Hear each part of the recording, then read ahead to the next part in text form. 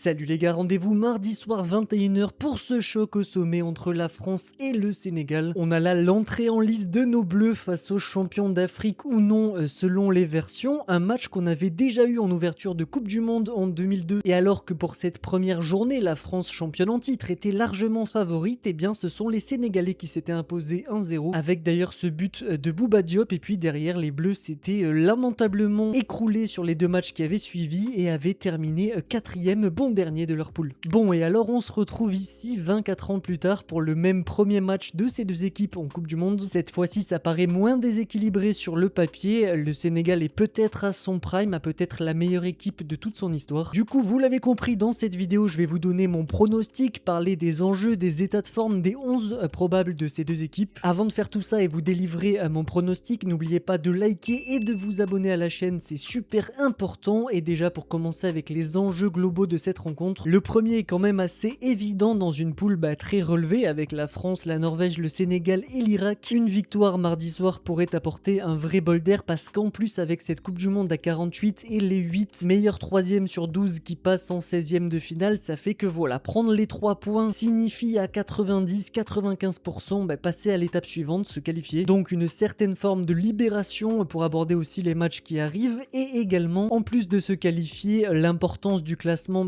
va être cruciale. Entre la première et la deuxième place, ça te ferait des parcours totalement différents. Pour l'équipe qui finira premier du groupe I, eh bien ce sera un parcours avec déjà un 3e de poule, donc un match assez facile entre guillemets en 16e de finale. Ensuite pour le 8e, normalement ça devrait être le premier du E, c'est le groupe avec l'Allemagne, l'Équateur, la Côte d'Ivoire, donc certainement l'Allemagne ici. T'es dans la partie de tableau soit des Pays-Bas, soit du Japon, mais tu pourrais affronter un énorme favori, un gros, c'est-à-dire l'Espagne, qu'à partir des demi-finales, donc ça va. En revanche pour le deuxième c'est un petit peu plus corsé comme parcours, le deuxième du I est ici, affrontera le deuxième du E, le groupe avec Allemagne, Équateur, Côte d'Ivoire comme on l'a dit. Ça fait quand même un 16e qui sur le papier sera relevé, et puis si tu gagnes ce sera soit premier du C, donc le groupe avec le Brésil et le Maroc, une nouvelle fois assez compliqué, ou le deuxième du F, donc soit Japon, soit Pays-Bas. Bref, vous l'avez compris, c'est beaucoup mieux de finir premier de la poule, donc ce match est vraiment très important. Pour parler maintenant des enjeux des deux équipes, déjà pour commencer avec le Sénégal, c'est surfer sur cette excellente dynamique. Ce titre de Coupe d'Afrique des Nations donc est contesté, qui a été redonné au Maroc suite à des jugements. On est aussi globalement peut-être à un tournant de l'histoire de ce pays, casser ce plafond de verre et enfin faire une énorme Coupe du Monde, aller chercher un quart, pourquoi pas une demi-finale. Et ça s'inscrit d'ailleurs dans la dynamique de l'Afrique qui a envie de confirmer, qui a envie de prouver. Perso, moi la CAN 2025, j'ai été subjugué, en tout cas surpris positivement par le niveau de certaines équipes, le Nigeria, le Maroc, le Sénégal. T'as même aussi récemment la Côte d'Ivoire qui a battu la France en amical, donc voilà, c'est aussi une dynamique globale du continent qui a envie de regarder les grandes nations dans les yeux et pourquoi pas y croire pour aller jusqu'au bout. Et en parlant d'être champion, c'est l'objectif, l'enjeu principal de cette équipe de France. Les Bleus sortent de 2 finales lors des 2 dernières éditions. 2018 ils étaient champions, 2022 cette finale contre l'Argentine évidemment. Et là tous les éléments sont réunis, ceux qui étaient là en 2022 ont la dalle, ont un désir de vengeance, et la nouvelle génération de pépites, les Olysée, Doué, etc. Eux ils ont la dalle que de jouer leur première Coupe du Monde. C'est aussi en termes d'enjeu la der des der de Deschamps, ce sera sa dernière compétition à la tête des Bleus après plus de 14 ans de mandat. C'est une vraie page de l'histoire de l'équipe de France qui se tourne. Autre enjeu important, c'est évidemment comment vont combiner toutes ces individualités offensives, les Dembélé, Olysée, Mbappé et soit Doué, Barcola, Cherki. On a, soyons honnêtes, sur le papier la meilleure attaque, à voir s'ils vont se trouver parce que dans les matchs amicaux, les matchs de préparation, c'était pas ça.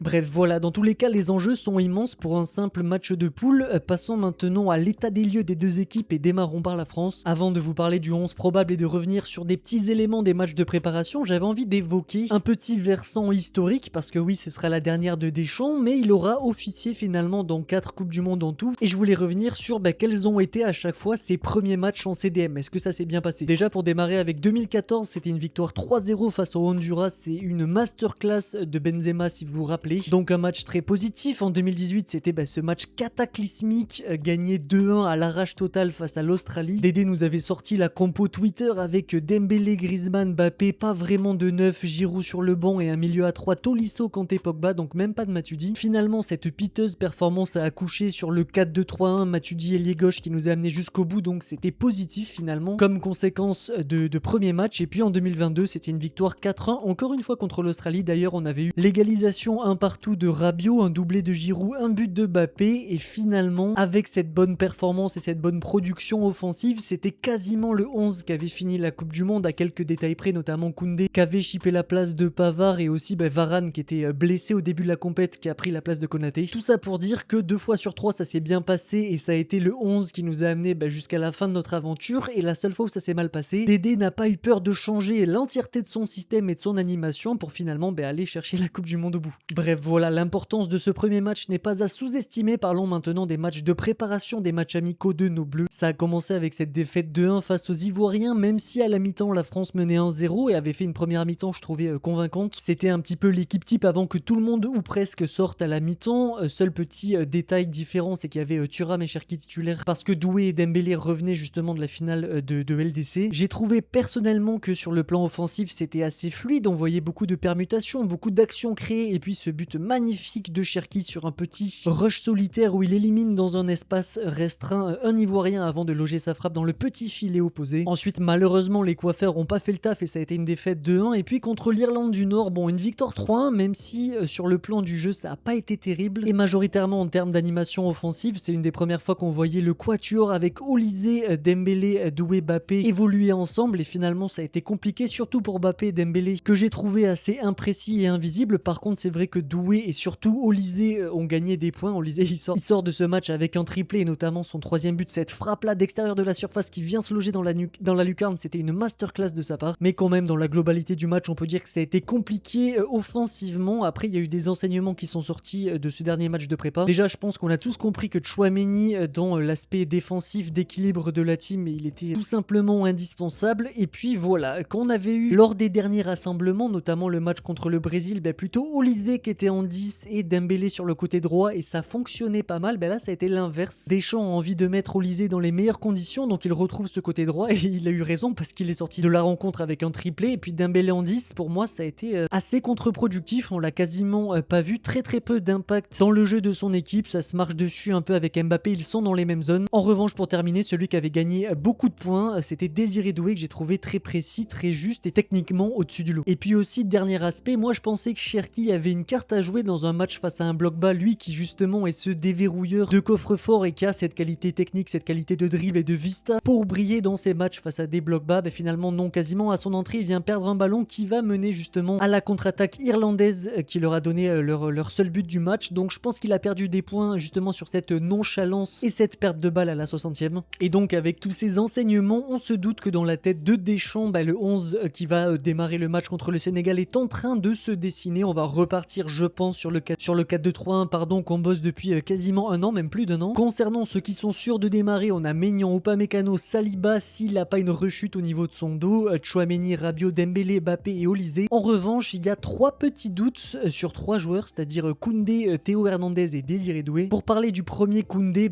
il a vécu un calvaire en première mi-temps face à l'Irlande du Nord. Il était sur le côté de Deschamps et Deschamps faisait que lui gueuler dessus. Il avait l'air très énervé contre le défenseur du FC Barcelone parce qu'il ne prenait pas son couloir, il ne venait pas dédoubler derrière Olysée. Et donc dans cette France qui se veut très offensive, ça paralysait un petit peu ce côté droit. Et le truc c'est que son remplaçant, c'est-à-dire Gusto qui est rentré je crois à la mi-temps, ce qui montre aussi que Deschamps a voulu tester quelque chose, là ça a totalement métamorphosé la dynamique sur le côté où se trouvait Olysée, parce que Gusto lui c'est un joueur qui à l'inverse de Koundé fait les efforts offensifs, fait les courses vers l'avant et vient apporter beaucoup de surnombre, beaucoup de dédoublement et de générosité. Et puis grâce à cette entrée de Gusto, on a vu un Olysée qui était beaucoup plus libre, qui a pu un petit peu se réaxer, jouer dans le demi-espace gauche, et ça a été un grand vecteur, une grande raison de pourquoi il a mis 2 buts en seconde période. À voir donc si Deschamps fait ce choix fort que de se débarrasser de son cadre Jules Koundé qui est là depuis un moment pour mettre Gusto qui est vraiment tout nouveau dans cet effectif. Je vais donc laisser le point d'interrogation sur Koundé. L'autre latéral pose question, il y a une petite bataille entre Théo Hernandez et Lucas Digne, même si à mon avis dans l'esprit de Dédé il a tranché parce qu'on a vu des choses assez flippantes de la part de Digne dans ses 2 entrées contre la Côte d'Ivoire et l'Irlande du Nord. Déjà sur le but irlandais il est un petit peu en retard sur l'ailier droit qui lui est passé devant et qui va venir marquer ce but. Évidemment c'est pas entièrement de sa faute mais il aurait pu faire mieux. Idem l'ouverture du score de la Côte d'Ivoire de Guéladoué, en tout cas l'égalisation, lui aussi il joue très mal la situation. Il voit Guéladoué prendre cet espace et au lieu de le suivre il va essayer justement de s'avancer pour le piéger et le mettre hors jeu, mais finalement c'était pas du tout le bon choix à faire et derrière le latéral ivoirien est allé marquer. Et nouvelle ombre au tableau de Digne, c'est que le deuxième but ivoirien ça vient aussi de son côté, il vient pas serrer sur Nicolas Pepe qui peut servir Doué qui derrière va faire un bon centre pour Diallo qui va la mettre au fond. Donc tu l'as compris, sur les 3 buts encaissés par la France, à chaque fois déjà Digne est sur le terrain, pas Hernandez, et en plus à chaque fois Digne est plus ou moins coupable, en tout cas il est sur la photo de famille, donc je pense que Théo sera titulaire à 100%. Maintenant pour la dernière zone de doute, apparemment Désiré Doué n'aurait pas fait l'unanimité, n'aurait pas convaincu le staff de Didier Deschamps durant la préparation. D'après l'équipe, Barcola a de grandes chances de débuter face au Sénégal. Moi j'y crois pas du tout et je crois que Deschamps, d'après les rumeurs, aurait démenti ça en interne. Parce que les gars, si vous avez vu notamment la première mi-temps contre l'Irlande du Nord, Doué était peut-être le meilleur offensif avec Olysée, il était super précis. Il a en plus un profil que t'as pas sur le front de l'attaque qui est vraiment très technique, qui est un joueur qui peut t'apporter aussi ce lien entre la défense, le milieu et l'attaque, un joueur qui peut aussi être très libre, permuté par exemple avec un Mbappé qui lui va se déporter sur la gauche et Doué peut occuper l'axe, voire même occuper le rôle de numéro 10 avec Dembélé qui lui occupera ce rôle de faux numéro 9 comme au PSG. Et donc il y a fort à parier, d'après moi, que Doué sera effectivement le titulaire. Donc voilà, vous avez le 11 qui débutera avec la seule interrogation, c'est-à-dire Koundé ou Gusto en tant que latéral droit. Effectivement, on aura les yeux rivés sur plusieurs choses, notamment le double pivot Tchouaméni Rabiot qui va devoir tenir face à l'intensité adverse et le quatuor offensif. Est-ce que ça va être le match du déclic? Est-ce qu'on va voir de belles choses, de meilleures choses que ce qu'on a vu en préparation? Dans tous les cas, même si ça se passe pas à merveille, t'as des options, t'as des solutions sur le banc, notamment offensive avec les Thuram, les Cherki, Barcola, Akliouche. Donc on est en droit les gars d'espérer un festival offensif de la part des Bleus.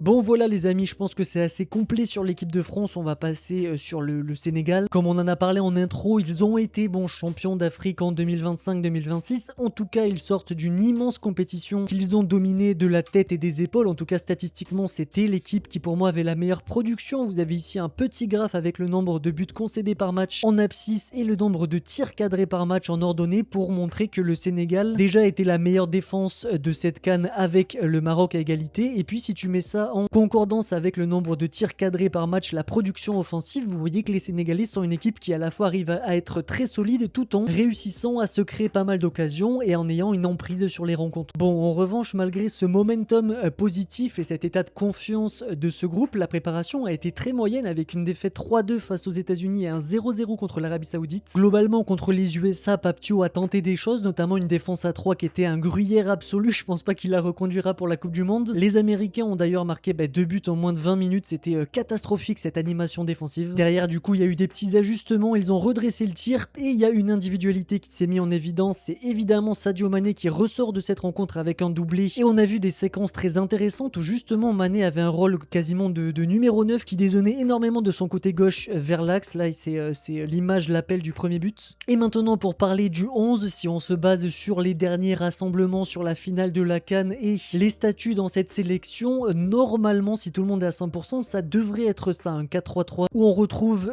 Edouard Mendy au poste de gardien, évidemment, Diatta, Diouf pour les latéraux, Niakhaté et Koulibaly pour les défenseurs centraux. Ensuite, au milieu de terrain, c'est là où il y a pas mal d'incertitudes parce qu'il y a beaucoup de qualité, mais je mettrai Camara, Gueye et Pape Gueye. Et puis sur le front de l'attaque, Mané, Ndiaye et Jackson. Maintenant, on va revenir quand même sur les petits doutes, les points d'interrogation que je vous ai mis. Déjà, le premier, un des joueurs emblématiques de cette sélection, Kalidou Koulibaly, ça fait quasiment 2 mois qu'il est blessé, il a joué que 7-8 minutes en préparation, c'était une entrée très tardive face à l'Arabie Saoudite, à voir s'il a le niveau de rythme, le niveau physique que d'entamer cette rencontre face à l'équipe de France. Et si c'est pas lui, ce sera le petit Mamadou Sarr qui était du côté de Strasbourg je crois et qui est maintenant du côté de Chelsea. Ensuite, autre interrogation, c'est pour le tonton de 36 ans, Idrissa Gueye, la légende sénégalaise qui apparemment aurait quitté, n'aurait pas terminé la séance d'entraînement ce vendredi. Lui aussi, un petit peu comme Koulibaly, est en manque de rythme, il a pas beaucoup joué en préparation, ça fait aussi 2 mois, son dernier match en club c'était je crois mi-avril, donc je pense que Thio va pas prendre ce risque. Si je dois parier sur le milieu de terrain qui sera titulaire, je vois peut-être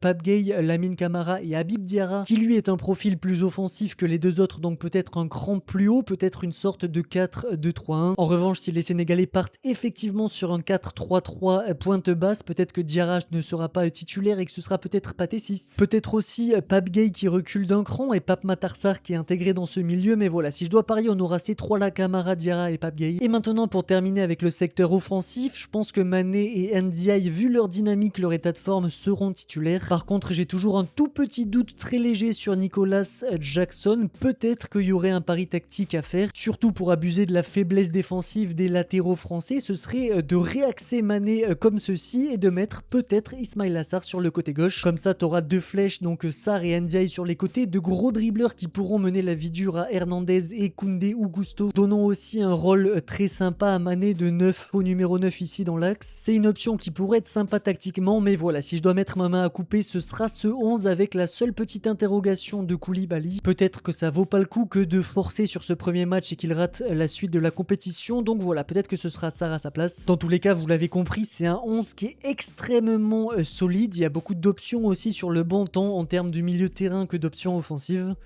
Et maintenant qu'on a dressé le tableau, l'état de forme et les 11 des deux équipes, il est temps de passer sur mon pronostic sur ce France-Sénégal. Déjà, premièrement, je m'attends à une rencontre disputée assez serrée entre deux grosses nations à mon avis. J'imagine un monde où le plan tactique du Sénégal sera plutôt de laisser la balle à l'équipe de France qui a du mal justement dans sa production offensive lorsqu'elle a la possession à outrance et qu'elle se retrouve face à un bloc médian voire bas. Cette volonté de laisser la balle et d'être plus bas qu'à l'accoutumée permettra au Sénégal d'avoir des espaces en contre. Et on l'a très bien vu dans les matchs de préparation de la France contre la Côte d'Ivoire et l'Irlande du Nord, il y en a des espaces et surtout quand il y a des pertes de balles dans ce milieu de terrain et que tu peux lancer tes flèches Sarr, Mané, Ndiaye dans le dos des latéraux français qui normalement seront très hauts, ça peut faire très très mal. Après, il faut sortir aussi du cliché de l'équipe africaine va jouer bloc bas, jouer que les contres et profiter de sa supériorité physique. Non, on n'en est plus ici du tout. Ce Sénégal-là est très mature et est capable justement de mettre le pied sur le ballon, de contrôler le tempo de la rencontre, ce qu'ils ont très bien fait pendant la CAN 2025-2026. Mais voilà, je vous ai donné mon opinion tactique sur ce qu'ils devraient faire, ce serait le plus intelligent de leur part. Pour parler maintenant de quelques duels qui vont être clés dans ce match, on aura, comme on l'a dit, les deux latéraux français, Koundé et Hernandez, face aux deux normalement zéliers sénégalais, c'est-à-dire Ndiaye et Sadio Mané. Ça va être pour moi le cœur de la rencontre. Et puis aussi de l'autre côté, il y a un Crépin Diatta, latéral droit du Sénégal, qui est pas forcément un foudre de guerre défensivement, donc peut-être que Doué aura quelque chose à faire face à lui mener la vie dure, et peut-être aussi un Mbappé qui va beaucoup dézonner sur ce côté gauche et pourra gagner ses duels, pourra dribbler, passer Crépin Diatta. Autre aspect qui va conditionner beaucoup du résultat de cette rencontre, c'est évidemment l'entente du quatuor magique de l'équipe de France, Olysée, Dembélé, Doué, Mbappé. Évidemment que s'il y a un déclic et que ces quatre-là commencent à jouer comme la MSN Prime, ça va être très dur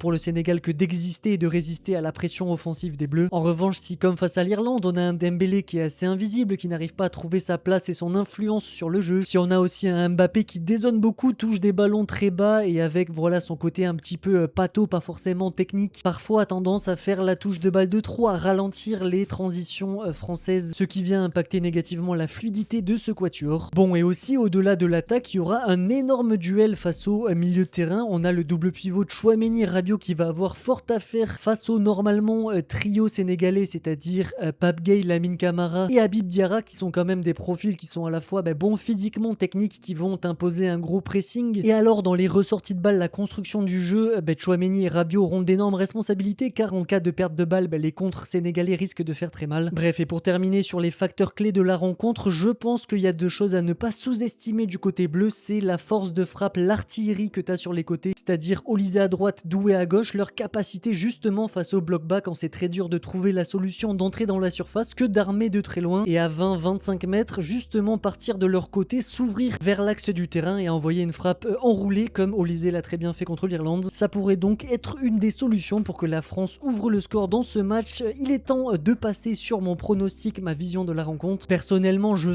sais pas pourquoi, une ouverture du score sénégalaise dans les toutes premières minutes, peut-être les 10-15 premières minutes, qui serait issue d'une perte de balle au milieu de terrain de Tchouaméni ou de Rabiot récupéré très haut sur le terrain par le Sénégal, et puis ensuite une combinaison entre Mané, Ndiaye et Jackson, et puis peut-être Sadio Mané qui ouvre le score. Derrière, la physionomie sera assez compliquée parce que le Sénégal pourrait évoluer dans un bloc bas et profiter des contres, et la France va un petit peu se casser les dents sur le bloc sénégalais avec encore une animation offensive pas optimale. Malgré tout, j'imagine une frappe de loin de soit Doué soit Olysée qui va égaliser dans la rencontre juste avant la mi-temps. Et ensuite, pour la seconde période, je pense que le score de 1-1 va se tenir jusqu'à la 60e, 70e et les entrants vont venir faire la différence. J'imagine déjà en fin de match des organismes sénégalais de plus en plus fatigués, et puis les entrées de Barcola, de Cherki qui vont insuffler un nouveau souffle pour les Bleus et sûrement avec un Cherki à la baguette. Je visualise 2 buts en toute fin de match et donc une victoire, vous l'avez compris, 3-1 de l'équipe de France. Voilà les amis, on est arrivé au bout de cette preview. N'oublie pas de liker et de t'abonner avant de partir. N'hésite pas aussi à me donner ton pronostic en commentaire. J'ai hâte de vous lire. C'était Capia, gros bisous.